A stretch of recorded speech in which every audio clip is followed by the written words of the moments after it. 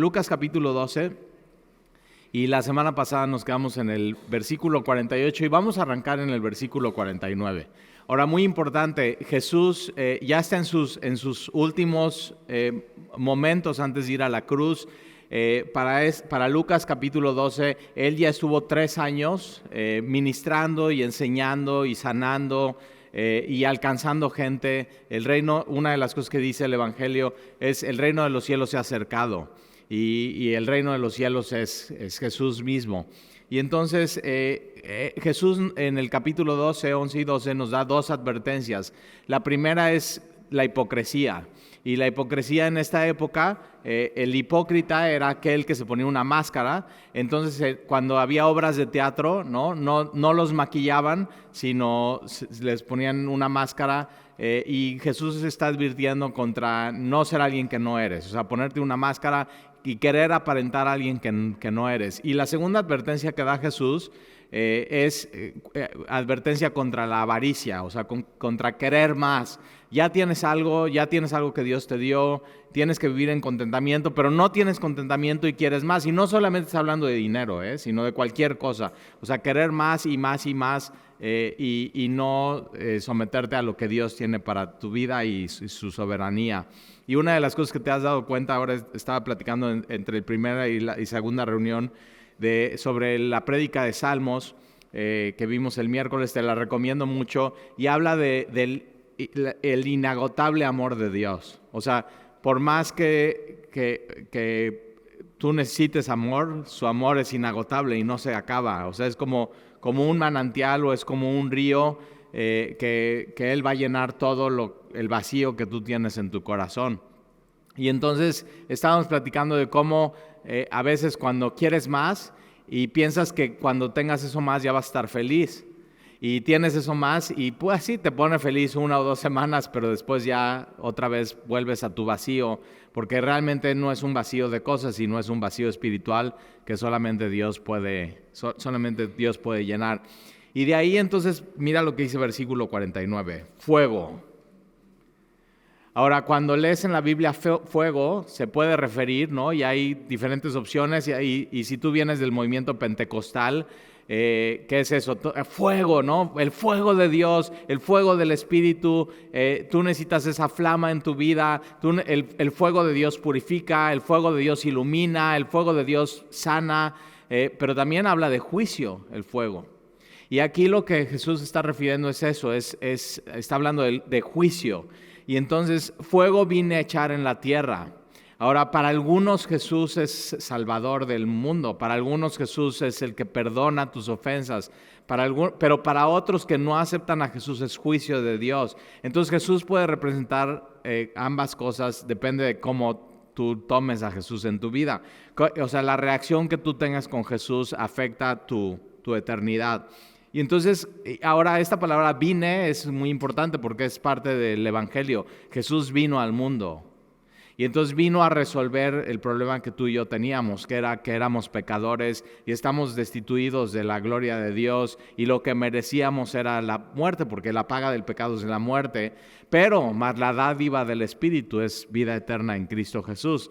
Y entonces él viene a aclarar esto, y entonces dice: fuego vine a echar en la tierra. ¿Y qué quiero si ya se ha encendido? Entonces aquí ya se ha encendido, está hablando de que este fuego es activo y es continuo, y no solamente es activo y continuo, sino cada vez es mayor. Entonces tiene esta idea, y no está hablando de fuego físico, sino está hablando de espiritualmente hablando. El fuego ya está prendido, es activo, es continuo, y las flamas cada vez están mucho más altas. Versículo 50. De un bautismo tengo que ser bautizado, y cómo me angustio hasta que se cumpla. Y cuando escuchamos la palabra bautismo, de pronto lo primero que se viene a la mente es el bautismo en agua.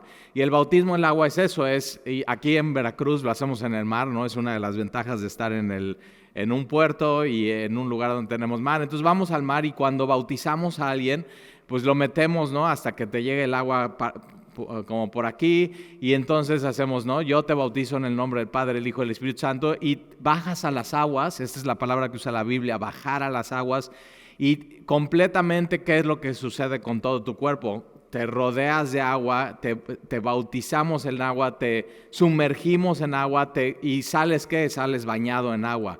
Y esta es la misma imagen que está usando Jesús, pero está hablando de la cruz.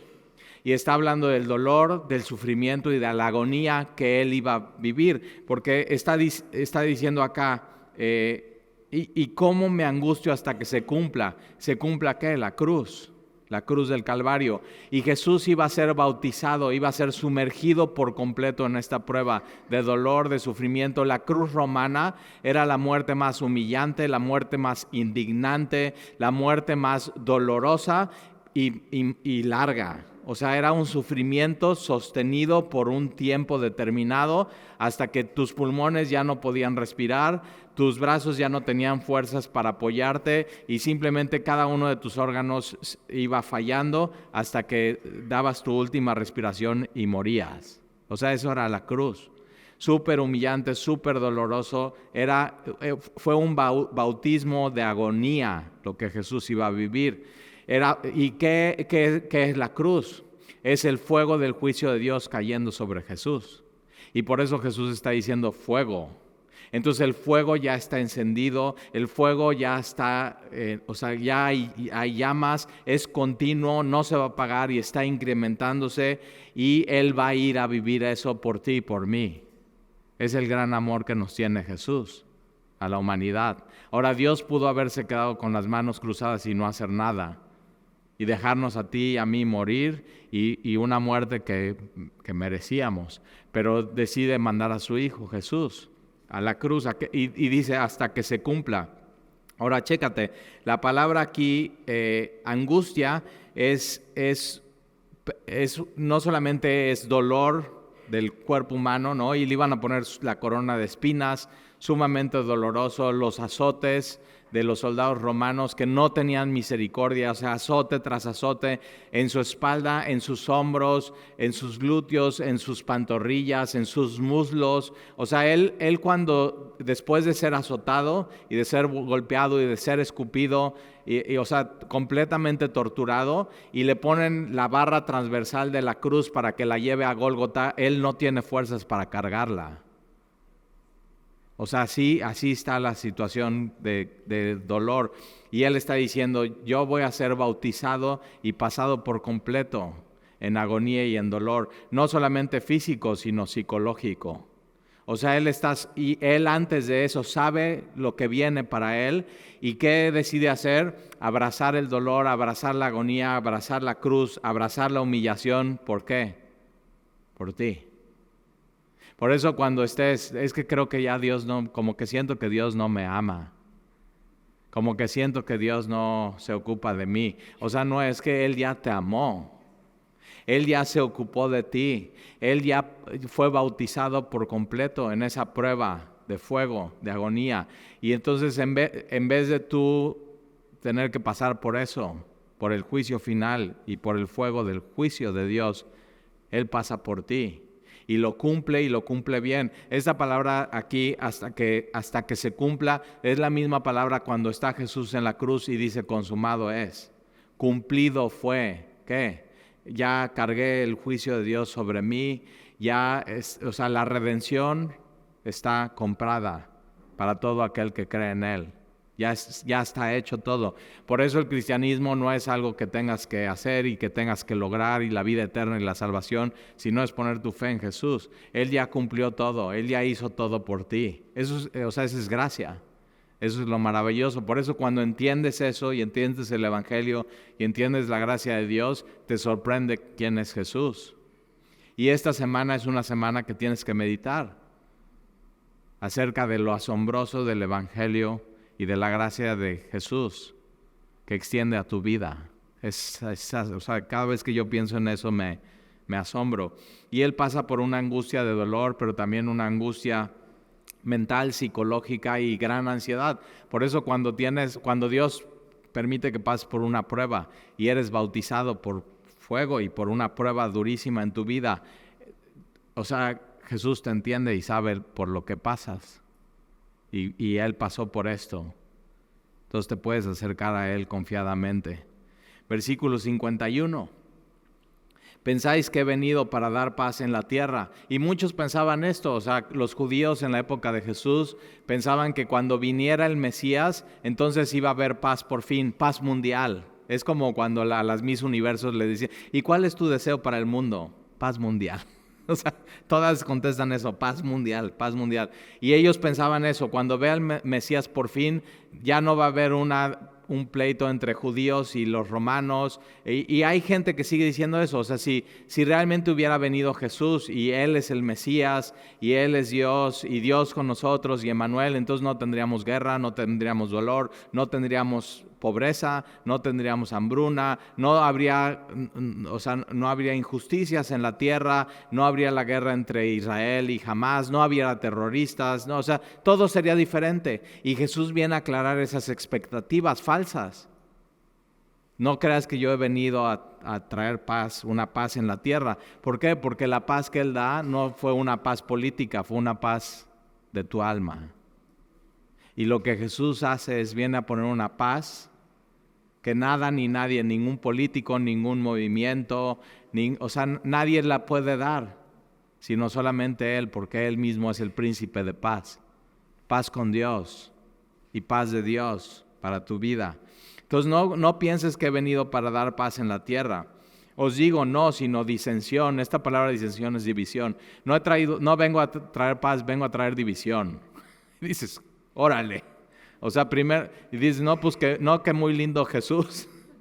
Primero dice fuego. Pero ¿quién iba a tomar ese fuego? En su pecho, en su corazón, en sus hombros, Él. Por ti, por mí. Y después dice, no crees que he venido a traer paz en la tierra, vengo a traer división. Ahora, ¿de qué se está refiriendo Jesús eso, de división? Porque de aquí en adelante 5 en una familia estarán divididos. Mi familia somos 5. Sandy, yo y mis 3 hijos, Alexia, Alan y Jan. Y dice ahora no malinterpretes a Jesús. Jesús es pro familia, o sea, Él es Dios, Él inventó la familia. Y cuando Jesús habla del matrimonio, que le preguntan sobre el divorcio, y Él dice, ok, ¿quieren hablar del divorcio? Mejor vamos a hablar del matrimonio. Como fue en el principio. Y les pregunta, ¿cómo fue en el principio? Y dice, sí, dejará a su padre y a su madre y se unirá en matrimonio y serán una sola carne. Entonces Jesús aclara que la familia es un hombre y una mujer. No un hombre, no una mujer, sino un hombre y una mujer uniéndose en un vínculo que va más allá de la unidad física o de tus finanzas o de un acta de nacimiento, sino espiritual.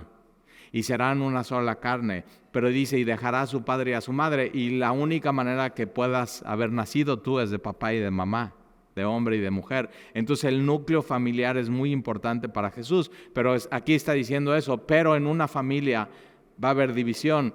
¿Por qué? Porque cuando tú tienes enfrente el Evangelio y Jesús, tienes que tomar una decisión.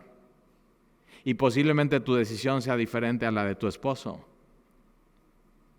Y entonces, y es eso, no porque tu esposo te acompaña a la iglesia quiere decir que entonces ya él es creyente o que tus hijos, no, o sea, no, el evangelio no es 1, 2, 3 por mí y por toda mi familia y ya la hiciste. No, cada uno de tu familia tiene que tomar la decisión. ¿Qué vas a hacer con Jesús? ¿Qué respuesta vas a hacer a la evidencia que está dando la Biblia acerca de Jesús? Entonces tu marido tiene que tomar su decisión acerca de Jesús y cada uno de tus hijos. A veces como que nos cuesta trabajo a los papás eso, porque pues los hemos traído siempre toda la vida a la iglesia y estuvieron en Club Semilla y participaron y el grupo de jóvenes y todo, pero aún con eso, cada uno de ellos independientemente tienen que tomar su decisión qué van a hacer con Jesús. Y entonces por eso es importante orar por ellos. Y no creer una falsa expectativa de que porque tú eres cristiano ellos van a ser cristianos. Por eso Jesús dice, yo no he venido a traer unidad sino división. ¿Por qué? Porque en una familia unos van a decir que sí y unos que no a Jesús y el Evangelio. Y entonces estará una familia de 5 estarán divididos 3 contra 2 o 2 contra 3. Y estará dividido el padre contra el hijo contra el padre, la madre contra la hija contra la madre, la suegra contra su nuera. Bueno, eso es normal, ¿no? La suegra contra su nuera, ojo, y la nuera contra la suegra. Ahí está. Entonces, ¿y qué está diciendo Jesús? O sea, es más importante tu relación con Dios que tu familia.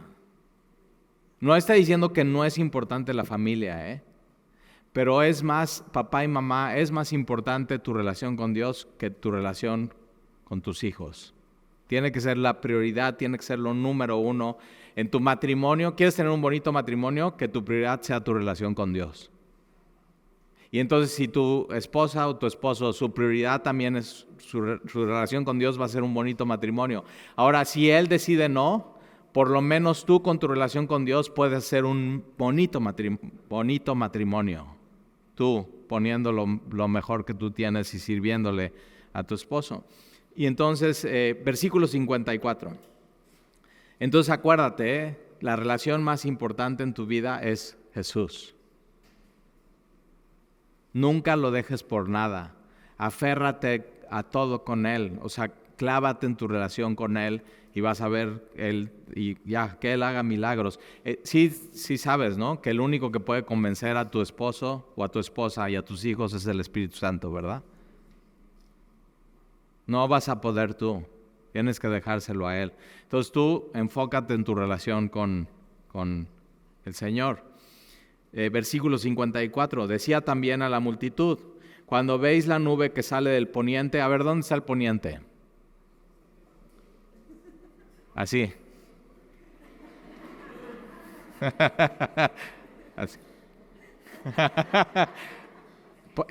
Ok, muy fácil, porque ahorita que como que estás desubicado y hubo tráfico y Xochitl estuvo aquí y no supiste para dónde venir, pero el poniente en un mapa siempre está del lado izquierdo, ¿ok? Y es donde se mete el sol. Entonces aquí en Veracruz el sol sale por acá y el sol se mete por acá, ¿no? Más o menos, si no estamos tan desubicados. Y entonces Jesús está usando algo que todo el mundo sabe. O sea, ¿dónde se mete el sol? Pues todos en Israel dirían, no, pues el sol se mete por el Mediterráneo. Porque en el mapa, en Israel, el mar está de este lado.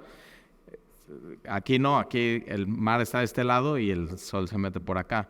Y entonces, cuando ves que la nube, esta palabra sale es que se levanta, o sea, una nube que no está de pronto se levanta y se forma, y está diciendo, cuando ves que una nube se forma en el Mediterráneo, y todos, Jesús y todos podrían ver hacia el Mediterráneo, posiblemente hasta una nube se está formando ahí. Entonces, cuando ves que la nube se levanta o sale del poniente, luego decís, agua viene, y así sucede. O sea, como que aquí ves que una nube se está formando hacia allá y que el viento viene para acá y está bien negra, dices, órale, saca el paraguas, o sea, va a llover. Y tenemos hasta una canción en los mexicanos, ¿no? Parece que va a llover, el cielo se está nublando, ¿qué más? Ahí está. ¿Y qué? ¿Y sí o no reaccionas a eso?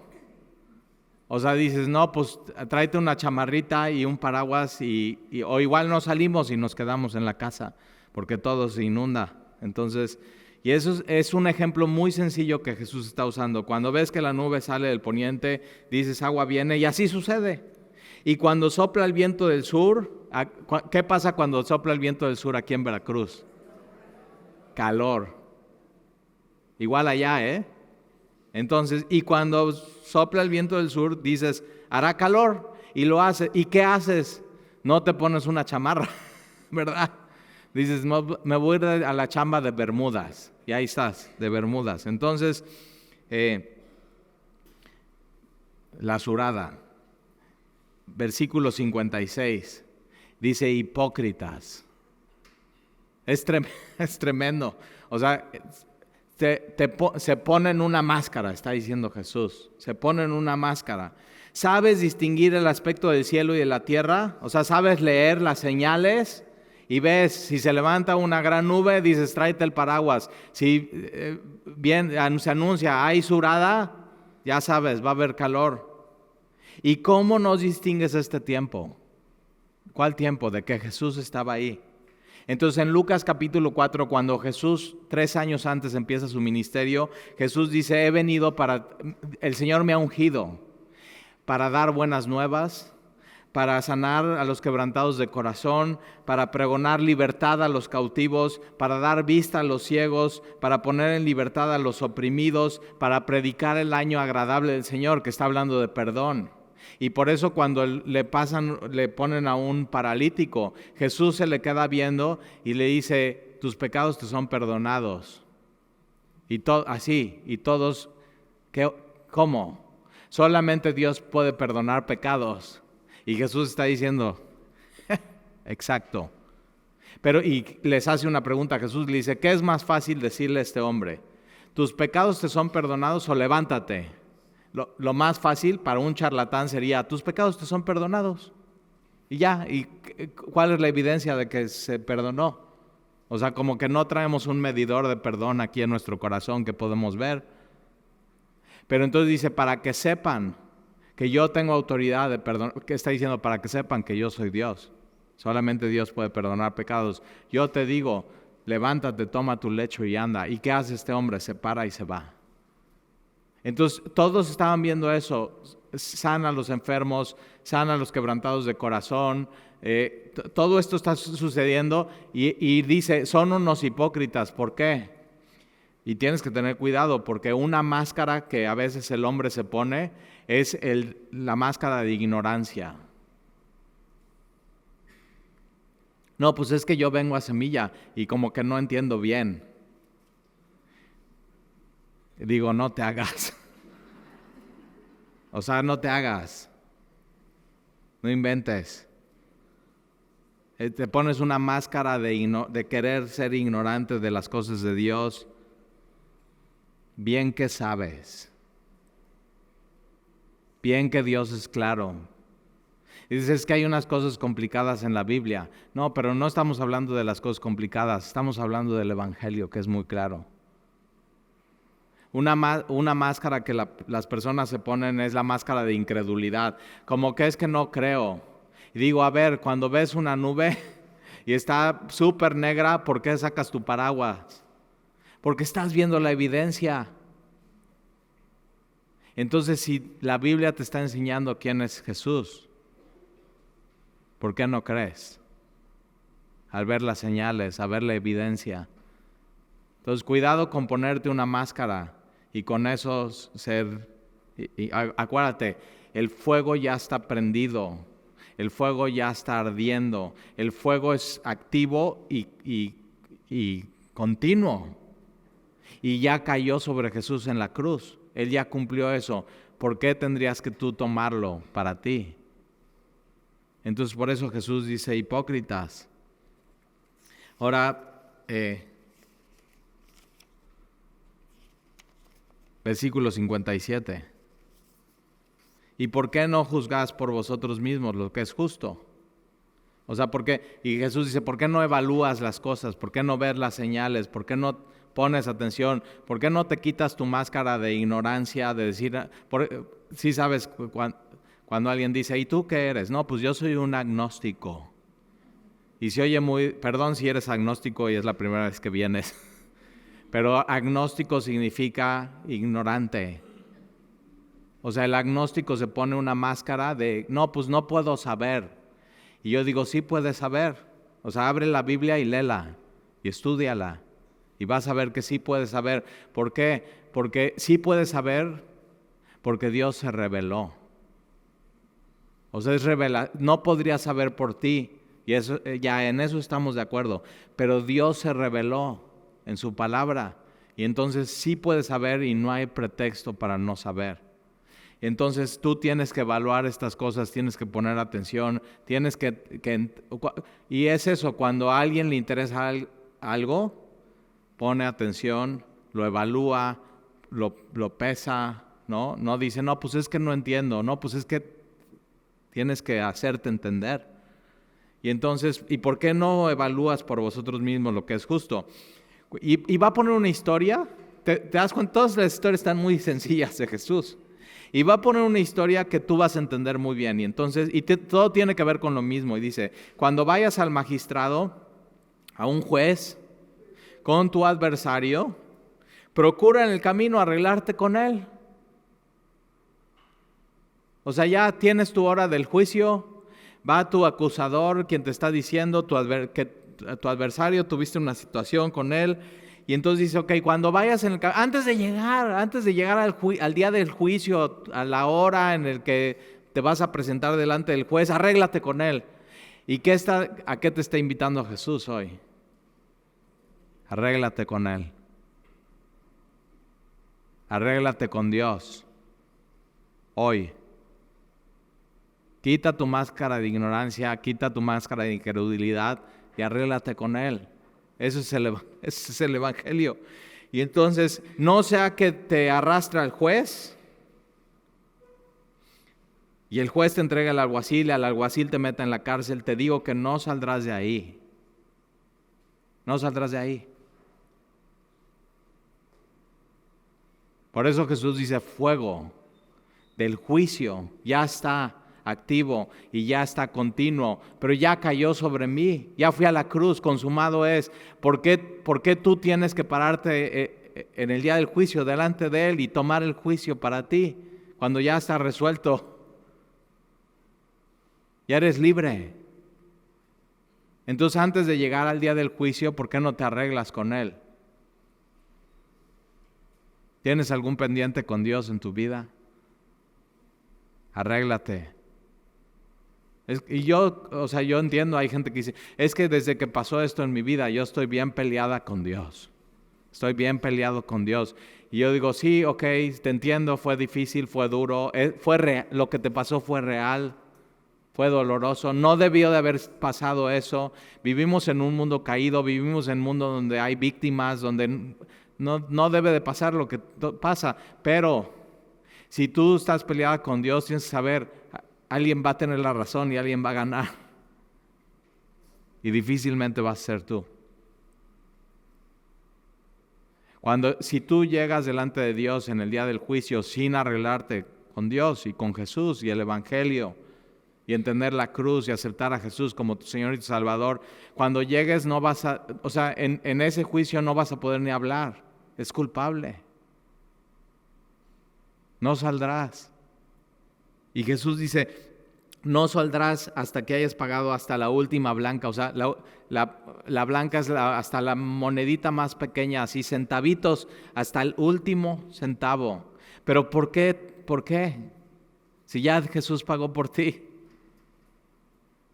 ¿Por qué tomar tú la contabilidad en tus manos? Él ya pagó esa deuda. Entonces, versículo 1 del capítulo 13, en ese mismo tiempo estaban ahí algunos que le contaban acerca de los galileos cuya sangre Pilato había mezclado con los sacrificios de ellos. Entonces, tienes que saber, Jesús vino en un tiempo y en un espacio donde había noticias en el periódico, y una de las noticias es Pilato asesinó a unos de Galilea.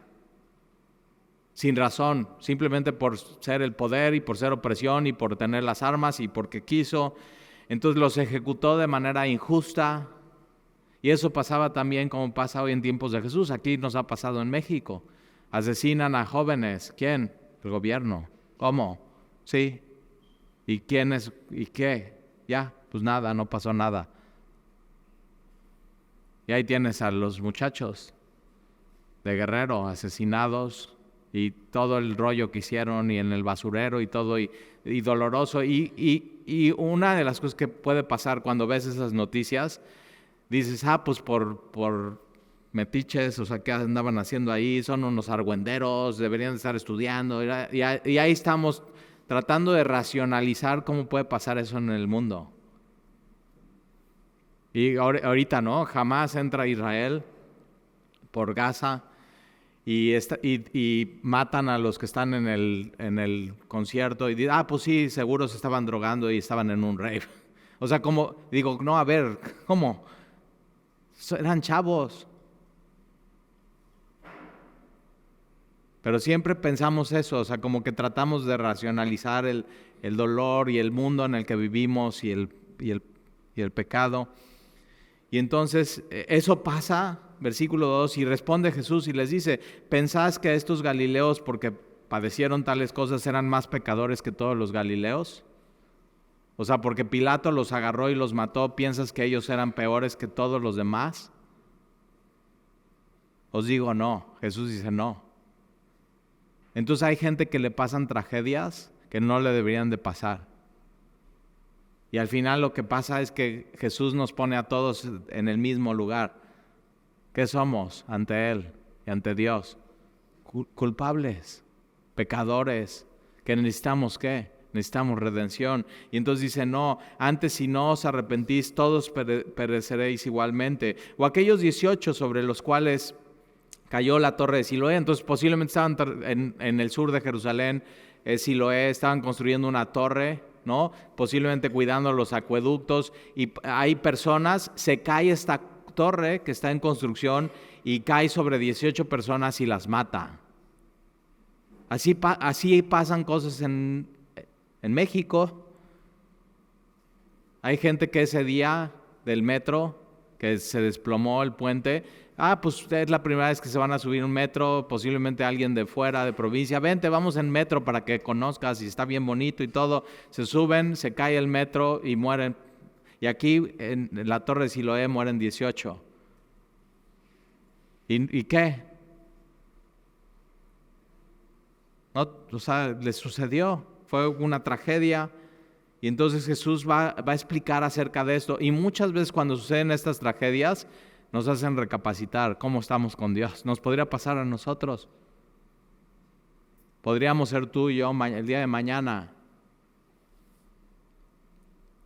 O aquellos 18 sobre los cuales cayó la torre de Siloé y los mató. ¿Pensáis que eran más culpables que todos los hombres que habitan en Jerusalén? Os digo no. Antes si no os arrepentís. Entonces, ¿qué está haciendo Jesús? Te tienes que arrepentir. Te tienes que poner de acuerdo con Dios. Eso es arrepentir, es confesar. Es, Señor, perdón, sí, yo soy pecador, te necesito. Necesito un Salvador. Te arreglas con Él. Y por eso Jesús está diciendo fuego. Pero no tienes que pasar por Él. Ya está pagado. Entonces, versículo 6. Y es eso, nunca sabes cuándo te puede pasar una tragedia. ¿Sabe qué? Yo me acuerdo cuando la primera vez que escuché el Evangelio, más o menos teníamos 28, 29 años, mi esposa y yo. Ahora tenemos 44. Y yo decía, no, pues yo hasta que tenga 33 voy a aceptar a Jesús. Así digo. ¿Y por qué? Pues la edad de Jesús en la cruz. O sea, ¿cómo Dios me aguantaba esos comentarios? O sea, y es eso, claro que no. O sea, las 3 meses que yo estaba diciendo eso, caí a sus pies. Entendí quién era Él. Y entendí que yo no decidía cuándo, sino Él ya me había llamado. Y su llamado no lo puede resistir. Y por eso Él dice, quítate la máscara de ignorancia y de incredulidad. Sí se puede entender quién es Dios, sí se puede entender el Evangelio, sí se puede entender la Biblia, sí se puede entender quién es Jesús. Es un mensaje muy hermoso y muy sencillo. Ese es el mensaje de esta semana de Navidad. Él se humanó, se hizo hombre, caminó entre ellos y vieron su gloria lleno de gracia y de verdad. Así, vieron la verdadera riqueza de Dios caminando entre ellos en la humanidad. Y entonces Jesús dice, arrepiéntanse, eso es lo que necesitas. Y cuando Jesús dice, arrepiéntete, está diciendo, ven a mí. Te está invitando a Él. Y entonces versículo 6. Dijo también esta parábola, tenía un hombre una higuera plantada en su viña y vino a buscar fruto en ella y no lo halló. Y la higuera es un sinónimo o una señal o un símbolo de Israel. Entonces Jesús vino a los suyos y está buscando fruto, y la higuera lo que tiene es que el fruto lo da debajo de su hoja. Entonces tú puedes ver una higuera de lejos y, como decimos en México, como que da el gatazo. O sea, como que dices, es una higuera sana y seguramente abajo de sus hojas tiene fruto. Pero ¿qué viene a hacer Jesús? Se acerca muy cerca, ¿sí o no? O sea, la relación de Jesús contigo se vuelve muy de cerca y muy personal, y eso es. Y a veces te puede incomodar, pero Él se acerca a la higuera, no se queda viendo de lejos y levanta la hoja y ve si realmente hay fruto o no. Y entonces esta es esta parábola que cuenta Jesús. Tenía un hombre una higuera plantada en su viña y y vino a buscar fruto de ella. ¿Y qué viene a hacer Jesús hoy en tu vida? ¿Qué quiere? Fruto. Eso quiere. Él viene a buscar hoy fruto a mi vida, a mi corazón. Y tú puedes aparentar ante los demás, pero ante Él no. Él sí viene y Él sí levanta las hojas. Y Él sí ve. Vino a buscar fruto en ella y no la halló. Y dijo al viñador, he aquí hace 3 años que vengo a buscar fruto en esta higuera. ¿Cuánto tenía Jesús ministrando? 3 años. Y dice, no encuentro fruto en ellos, no encuentro fruto en ellos. Y puede ser que tú estés aquí y tengas más de 3 años en una iglesia. Y cuidado con no tener fruto. Cuidado con simplemente aparentar. Y es fruto de justicia, y es fruto de arrepentimiento, y son los frutos, el fruto del Espíritu, amor, paciencia, gozo, paz, benignidad, dominio propio. O sea, tiene que haber evidencia de que estás caminando con Jesús. Y entonces Jesús hace 3 años vengo a buscar fruto en este. Ahora, puede ser que tú tengas 3 meses de venir a Semilla y así, tienes que ser paciente, ¿eh? Una de las cosas que me encanta de la ilustración del fruto es esta, que tú no puedes apresurar el fruto. O sea, ¿cuándo has visto un árbol de limón pujando? No sucede eso. Pero tampoco puedes atrasar el fruto. Cuando el fruto brota, va a brotar. Entonces no lo puedes adelantar y tienes que ser paciente. ¿Y qué tienes que hacer? Ahorita va a decir Jesús. Para dar fruto aquí va a decir Jesús ¿qué? Pero si llevas años en el Señor y tu vida no es cambiada y no hay fruto, tienes que ver si realmente eres un árbol, una higuera, o todavía no eres. Y si no eres, necesitas nacer de nuevo. Necesitas nacer del Espíritu. O sea, llevas años trayendo una máscara. Y tienes que quitar esa máscara y decir, Señor, aquí estoy. Ahora, es mejor que hoy se acerque Jesús a ti y te diga, no tienes fruto, porque entonces ya me doy cuenta y cambio. A que un día en el juicio final me dé cuenta de mi engaño. Es mejor hoy. Mejor que hoy me descubra a más adelante. Y entonces versículo 7, y dijo al viñador, aquí hace 3 años que vengo a buscar fruto en esta higuera y no la hallo, entonces córtala. ¿Para qué inutiliza también la tierra? Él entonces respondiendo le dijo, Señor, déjala todavía este año. Fíjate cómo Dios es paciente. Ok, llevas años, no vamos a cortar de esta viña, vamos a dejarla un poco más, un tiempo más. Todavía déjala hasta este año, hasta que yo cabe alrededor de ella. Y una de las cosas que hacemos los pastores es eso. Y Dios nos usa. ¿Para qué? Para cavar muy profundo en tu corazón. Y metemos así la pala y estamos cavando y de pronto así se oye. Y dices, esto no es tierra, esto es una piedra. ¿Y qué tenemos que hacer? Quitar lo que estorba en tu vida, es el pecado. Y por una de las razones que puede ser que no estés dando fruto en tu vida es porque hay un pecado que no has dejado quitar. Y tienes que dejarlo quitar. Cuando te das cuenta que hay eso en tu vida, quítalo. Y entonces déjame que cabe, y es cavar profundo. Y eso es lo que hace la palabra de Dios en tu vida. Cava y cala. Y va muy profundo en tu corazón. Y no solamente cavar, sino abonar. Y es todos los nutrientes que tú necesitas para poder dar fruto, para poder ser un cristiano sano. Y eso es lo que hace la palabra de Dios en tu vida semana tras semana. Y entonces versículo 9. Y si diere fruto, bien. Eso es lo que Dios quiere. Que des fruto. Ya vimos la semana pasada el mayordomo fiel y el mayordomo infiel. Entonces, dar fruto. ¿Y cómo das fruto? Dejando que la palabra de Dios cabe. Cuando encuentres algo, quitarlo, dejar que la palabra de Dios abone, que el Espíritu Santo sea regado en tu corazón y en tu vida. Eso lo necesitas semana tras semana. Y si haces eso, créeme, vas a dar fruto.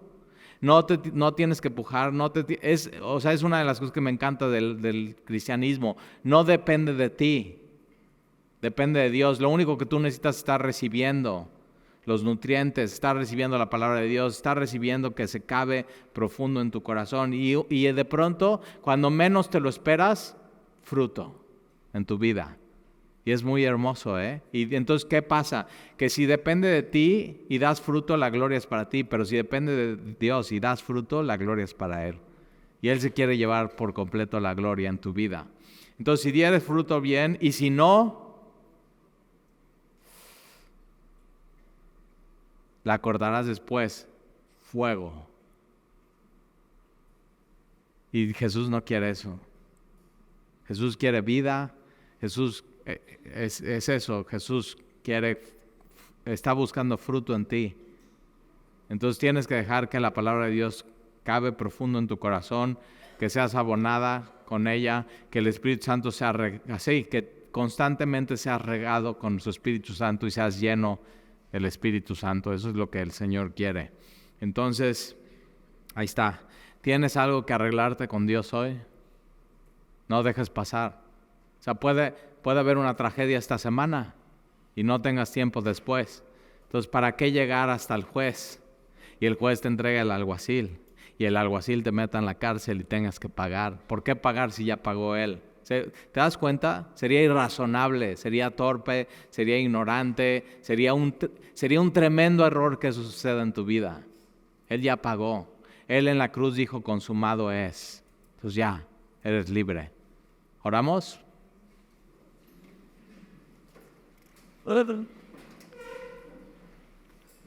Señor, y te damos gracias por tu palabra. Gracias porque es muy claro, Señor, lo que tú nos dices. Gracias por ir a la cruz, por ser bautizado de angustia, de dolor, de humillación. Señor, por amor a nosotros. No lo merecíamos. Ni siquiera nos consultaste y lo hiciste. Y te amamos, Señor, por ello. Y te pedimos que al ver tu ministerio, al ver lo que tú hiciste, al ver la evidencia, y aún viendo el mundo como está, podamos distinguir los tiempos. Es tiempo de tu gracia para con la humanidad, es tiempo del Evangelio. Y no permita, Señor, que nos pongamos una máscara que nos separe de ti, de incredulidad y de ignorancia, porque realmente tú sí te das a entender, Señor. Tú sí te revelas a nosotros y tú sí nos amas. Y ayúdanos esta semana, Señor, a estar preparando nuestro corazón para el 24 y el 25, que vamos a estar con familia, pero también, Señor, que vamos a preparar nuestros corazones para poner nuestros ojos una vez más en Jesús, en la Navidad, su nacimiento, su venida al mundo, tu evangelio. Y te lo pedimos, Señor, que sea una Navidad diferente, que sea una Navidad donde estemos maravillados de Jesús. Señor, abona profundo en nuestro corazón. Mete tu palo, Señor, bien adentro. Remueve, Señor, lo que tengas que remover. Quita, Señor, lo que estorba. Que podamos echar raíces, Señor, y poder dar fruto y te lo pido en el nombre de Jesús. Amén.